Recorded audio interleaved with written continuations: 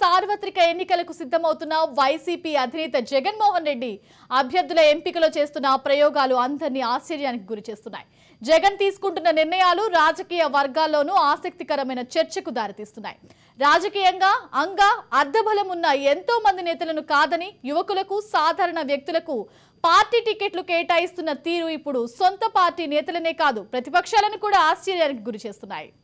ఇప్పటి వరకు 7 విడతల్లో ప్రకటించిన జాబితాల్లో 30 మందికి పైగా యువ నేతలకు ఇన్ఛార్జీలుగా జగన్ అవకాశాలు కల్పించారు. రాజకీయ అనుబంధం, ఆర్థిక బలం వంటి అంశాలతో సంబంధం లేకుండా సర్వేల ఆధారంగా సామాజిక సమీకరణలను పరిగణలోకి తీసుకుని మాత్రమే టికెట్లు కేటాయిస్తున్నారు. అంచనాలకు అంతు చిక్కకుండా జగన్ సీట్లను కేటాయిస్తున్న తీరు ఇప్పుడు రాజకీయ వర్గాల్లో ఆసక్తిని కలిగిస్తోంది. రాష్ట్రంలో మరో 2 నెలల్లో ఎన్నికలు ఉన్న తరుణంలో జగన్ వేస్తున్న వ్యూహాత్మక అడుగులు రాజకీయంగా ఆసక్తిని కలిగిస్తున్నాయి. 69 అసెంబ్లీ స్థానాలకు 18 లోక్సభ స్థానాలకు అభ్యర్థులను ప్రకటించారు. వీరిలో 30 మంది అభ్యర్థులు కొత్త వారే ఉండడం గమనార్హం. కొత్త అభ్యర్థులను ప్రకటించిన అనేక స్థానాల్లో రాజకీయంగా ఉద్దండులైన సీనియర్ నేతలను కాదని కొత్త వారిని బరిలోకి దించుతుండడం ఆసక్తిని రేపుతోంది. ముఖ్యంగా నెల్లూరు, ప్రకాశం జిల్లాలో జగన్ తీసుకున్న నిర్ణయాలు విశ్లేషకులను సైతం ఆశ్చర్యానికి కలిగిస్తున్నాయి. ఇక ఆర్థిక అంగబలం ఉన్న పెద్దరెడ్డుగా చెప్పేవారిని కాదని కొత్త వారికి అక్కడ అవకాశాలను కల్పిస్తున్నారు.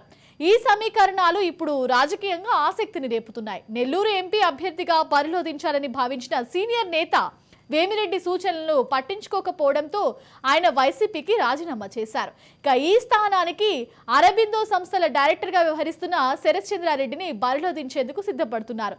ఆర్థికంగా బలమైన వ్యక్తి అయినప్పటికీ రాజకీయంగా అనుభవం ఆయనకు లేదు. ప్రకాశం జిల్లాలో ఒంగోలు ఎంపీగా ఉన్న మాగుంట శ్రీనివాసులరెడ్డి, నరసరావుపేట ఎంపీగా ఉన్న లావు శ్రీకృష్ణదేవరాయలకు వైసీపీ అధిష్టానం టికెట్లు నిరాకరించింది. శ్రీకృష్ణదేవరాయలను గుంటూరు స్థానానికి బదిలీ చేయాలని భావించడంతో అందుకు నిరాకరించిన ఆయన టీడీపీలో చేరిపోయారు. రానున్న సార్వత్రిక ఎన్నికల నేపథ్యంలో జగన్ అనుసరిస్తున్న వ్యూహాలు ప్రతిపక్షాలకే కాదు సొంత పార్టీ నేతలకు అంతు చిక్కడం లేదు. విజయమే లక్ష్యంగా అడుగులు వేస్తున్న జగన్ సర్వే ఫలితాలను ప్రామాణికంగా తీసుకుని అభ్యర్థులను ఖరారు చేస్తున్నారు. ఎటువంటి మొహమాటాలకు తావివ్వకుండా ముందుకు వెళ్తున్నారు. బంధువులు, అనుభవం వంటి అంశాలను ఏమాత్రం పరిగణలోకి తీసుకోవడం లేదు. జగన్ విజయమే లక్ష్యంగా వేస్తున్న అడుగులు ఆసక్తిని రేపుతున్నాయి. తాజాగా ఆయన అనుసరిస్తున్న విధానాలు, అభ్యర్థుల మార్పులు రాజకీయ సంచలనం సృష్టిస్తున్నాయి. రానున్నటువంటి సార్వత్రిక ఎన్నికల్లో జగన్ ఓ కొత్త వ్యూహం పండుతున్నటువంటి విషయం తెలిసిందే. ఇప్పటికే దాదాపు 69 అసెంబ్లీ నియోజకవర్గాలు, అలాగే 18 లోకసభ స్థానాల్లో చూసుకున్నట్టయితే 30 మంది వరకు ఈ యొక్క ప్లేస్మెంట్స్ చేంజ్ చేసినటువంటి పరిస్థితి ఉంది. అయితే కొంతమంది వరకు స్థానికేతరంగా ఉన్నటువంటి ప్రదేశాలలో వాళ్ళకి ఎమ్మెల్యే, ఎంపీలు సీటు ఇవ్వడం జరిగింది. అయితే ఈ యొక్క కోణం తీసుకున్నట్టయితే, ఇటుపక్క తీసుకున్నట్టయితే ఒక టీడీపీ, జనసేన ఇవన్నీ కూడా కలిసికట్టుగా పోటీ చేసేటువంటి పరిస్థితులు ఉన్నప్పటికీ ఏకంగా తన ముఖం చూసి తన చరిష్మాతో నేడు వైసీపీ గెలుస్తుందన్నటువంటి ఒక నమ్మకంతో ముందుకెళ్తున్నటువంటి పరిస్థితి అయితే ఉంది.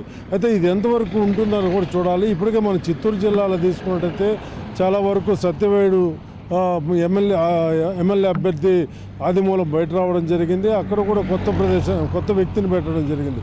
ఇక నగిరి ఇప్పటివరకు కూడా సందిగ్ధంలో ఉండి ఒంగోలు సంబంధించినటువంటి ఎంపీ టికెట్ ఆర్కే రోజాకి ఇవ్వాలన్నటువంటి నేపథ్యంలో ఉన్నప్పటికీ తిరిగి తనకే ఈ యొక్క నగిరి ప్రదేశానికి సంబంధించినటువంటి అసెంబ్లీ అభ్యర్థిగా అక్కడ ఇవ్వడం జరిగింది.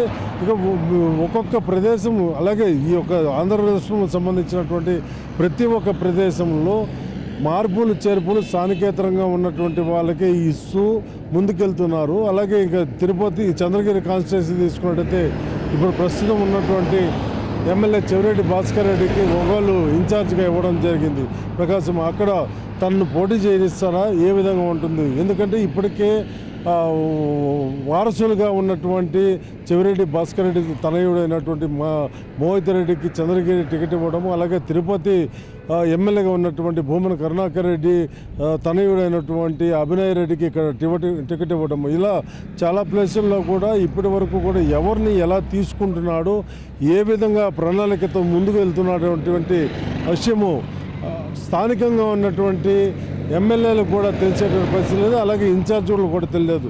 ఇక రానున్న రోజుల్లో కేవలం టీడీపీ, వైసీపీ ఇటు ఫ్యానా ఇటు సైకిలా అనేటువంటి వ్యూహంతో రెండు ముందుకెళ్లేటువంటి పరిస్థితి అయితే కనిపిస్తుంది. ఎందుకంటే కాంగ్రెస్ సంబంధించి ఇప్పటికే గతంలో ఉన్నటువంటి పరిస్థితి కంటే కూడా ఇప్పుడు ప్రస్తుతానికి వైఎస్ షర్మిల వచ్చి ఇక్కడ ప్రచారాలు కావచ్చు, అలాగే ఆమె సొంత అన్నకి అపోజిషన్గా నిలబడి ఈరోజు కాంగ్రెస్ పార్టీలో గెలిచి విమర్శలు కూడా దారితీస్తుంది. అయితే ఆ యొక్క చరిష్మా అనేది ఆమె మాట్లాడేటువంటి అంశాలన్నీ కూడా ప్రజల్లోకి ఏ విధంగా వెళ్తుంది, వైసీపీ ఓట్లు ఎలా చీల్చుతారు అనేటువంటి నేపథ్యం కూడా చూడాల్సిన పరిస్థితి. అయితే రానున్నటువంటి 2024 ఎన్నికలు మాత్రము ఇటు టీడీపీయా ఇటు వైసీపీ అనేటువంటి దిశగా ముందుకెళ్తున్నప్పటికీ జనసేన ఒక పక్క కూటమి అయ్యి వాళ్ళకు సంబంధించినటువంటి స్థానాలు కొన్ని ఇచ్చినప్పటికీ కొన్ని ప్రదేశాలలో జనసేనకి పూర్తిగా స్ట్రాంగ్ ఉందని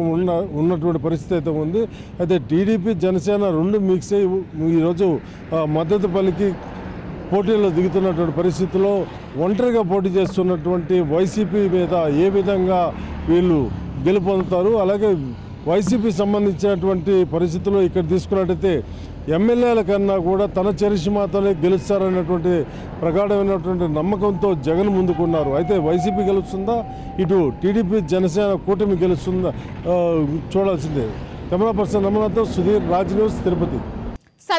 సత్ఫలితాలను ఇస్తే మాత్రం భవిష్యత్తులో దేశంలోని అనేక పార్టీలు ఈ విధానాలను అనుసరించే అవకాశం ఉందని చెప్తున్నారు. జగన్ టికెట్లు ఇవ్వని ఎంతో మంది నేతలకు టీడీపీ జనసేనలో టికెట్లు లభిస్తున్నాయి. జగన్ చేసిన ఈ మార్పులు సత్ఫలితాలను ఇస్తాయా, వ్యతిరేక ఫలితాలకు దారి తీస్తాయా అన్నది ఎన్నికల ఫలితాల తర్వాత తేలుంది.